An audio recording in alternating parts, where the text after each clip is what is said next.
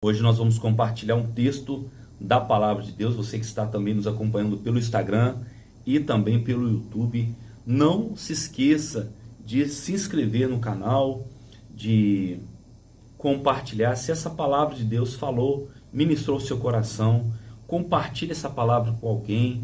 Você que está no trânsito, você que está em casa, você que está no presídio, você que está na Cristolândia, você que está no hospital, você que está acompanhando alguém em uma viagem, você caminhoneiro que está passando por aqui. O nosso desejo é de que de alguma maneira Deus fale ao seu coração. E nesta manhã a palavra de Deus diz assim, em Salmos de número 30, Salmos de número 30, a palavra de Deus ela diz assim, Salmo de número 30, versículo 5. É um texto muito conhecido e eu gostaria de explicar esse texto para você nesta manhã, que diz assim: o choro pode durar uma noite, mas a alegria vem ao amanhecer. O choro pode durar uma noite, mas a alegria vem ao amanhecer. Eu tenho plena certeza que na hora que eu estava citando esse versículo, você estava repetindo aí na sua casa, ou aonde quer que você esteja, que o choro pode durar uma noite, mas a alegria vem ao amanhecer. Mas esse versículo, ele precisa ser entendido à luz do Salmo de número 30. O Salmo de número 30, ele é um salmo de confissão, de arrependimento. Davi tinha levantado um censo, ele tinha contado os seus guerreiros, o seu exército, os seus oficiais. E quando ele faz isso, foi porque um orgulho diabólico, uma vaidade, se apoderou do seu coração.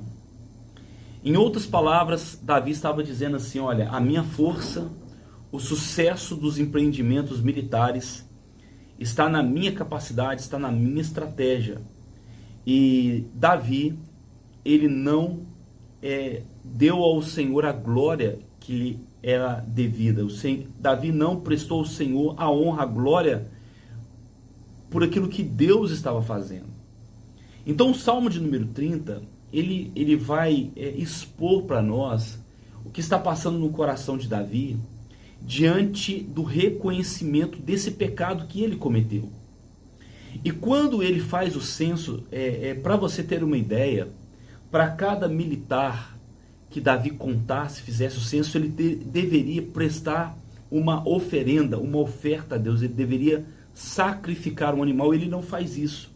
Ele é confrontado pelo profeta, ele é avisado pelo profeta, depois ele é confrontado pelo profeta, e ele então cai em si, ele se arrepende.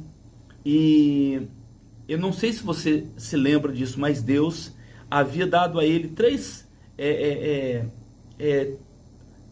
possibilidades de disciplina. A primeira disciplina seria 3 anos de fome, a segunda disciplina seria 3 meses de perseguição, e a terceira disciplina seria 3 dias de peste sobre a terra. E Deus falou para ele, você vai escolher ou 3 anos, ou 3 meses, ou 3 dias. E ele escolhe então 3 dias de praga. E aí, esse salmo, ele fala assim, olha, ele descreve, né? O choro pode durar uma noite, mas a alegria vem ao amanhecer. E eu gostaria de explicar esse texto para você aqui, o significado desse texto. O choro que é dito aqui não é o choro da provação. Isso é muito importante para você ouvir, porque isso muda todo o significado do texto. Olha só, o choro que Davi diz aqui não é o choro da dor, não é o choro da provação, da luta. O choro que Davi está dizendo é o choro do arrependimento, é o choro da mudança de mente, é o choro de que alguém fez algo errado e percebeu, caiu em si, de que ele contrariou a vontade de Deus. Porque se não for o choro do arrependimento, o choro continua no amanhecer. Por exemplo, há pessoas que passaram, que perderam uma pessoa, estão enfrentando luto, e provavelmente o luto está durando aí 1 ano. Não durou só uma noite. Quando Davi ele é disciplinado por Deus, o choro não durou uma noite, o choro durou 3 dias, porque foi 3 dias de praga sobre Israel. O choro do arrependimento, ele precede a alegria do livramento. Deus, ele não tornará o seu coração alegre, Deus não trará a alegria no amanhecer sem antes você passar por um quebrantamento e um arrependimento. O que o salmista está dizendo é somente aqueles que querem viver um amanhecer feliz, a alegria do amanhecer é reservada somente para aqueles que passam por um choro do arrependimento. Às vezes você está colecionando lágrimas, talvez você está numa vida tribulada de dor e sofrimento, e dizendo assim, não, a alegria vai vir pelo amanhecer, só que você ainda não passou por um processo de arrependimento, de quebrantamento. É impossível você viver a alegria do amanhecer, que todos nós queremos, sem que antes a gente vivencie a noite do arrependimento. Deus, ele quer trazer festa, alegria, Deus quer mudar a sua roupa, mas você precisa se arrepender.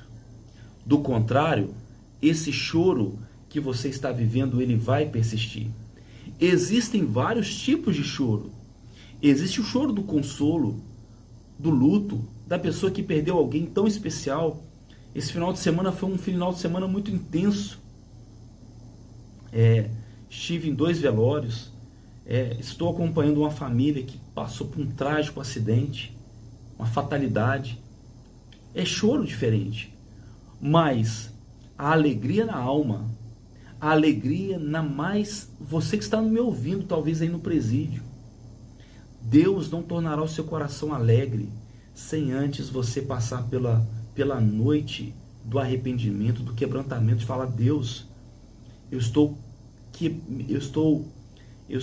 pecando primeiramente contra o Senhor. E é exatamente isso que Davi nos ensina. Que Deus então nos abençoe nessa manhã. Que você seja renovado pela graça, pela bondade e pelo amor de Deus em nome de Jesus. Vamos orar ao Senhor nessa manhã? Pai, eu quero agradecer ao Senhor por todos aqueles que nos acompanham pelo rádio, pelo Instagram e pelo YouTube. Pai, há pessoas aqui que estão me ouvindo, que estão assistindo essa palavra, que elas querem ter a alegria ao amanhecer. Mas só é possível quando nós passamos pela noite do quebrantamento, a noite do arrependimento, da mudança de rota, da mudança de vida. E eu peço ao Senhor, em nome de Jesus, que essa palavra alcance cada um dos meus amigos e das minhas amigas que me ouvem nessa manhã. Deus, nós abençoamos cada um daqueles que estão nos ouvindo e pedimos ao Senhor a tua bênção, em nome de Jesus é que nós oramos. Amém e amém. Olha, Deus abençoe sua vida nesta manhã. Você ouve agora Tatiane e Jéssica, Depois do Choro, e daqui a pouquinho nós estamos aqui trazendo um conteúdo muito especial, eu e o Vitor Betti conversando aqui sobre finanças à luz da Bíblia.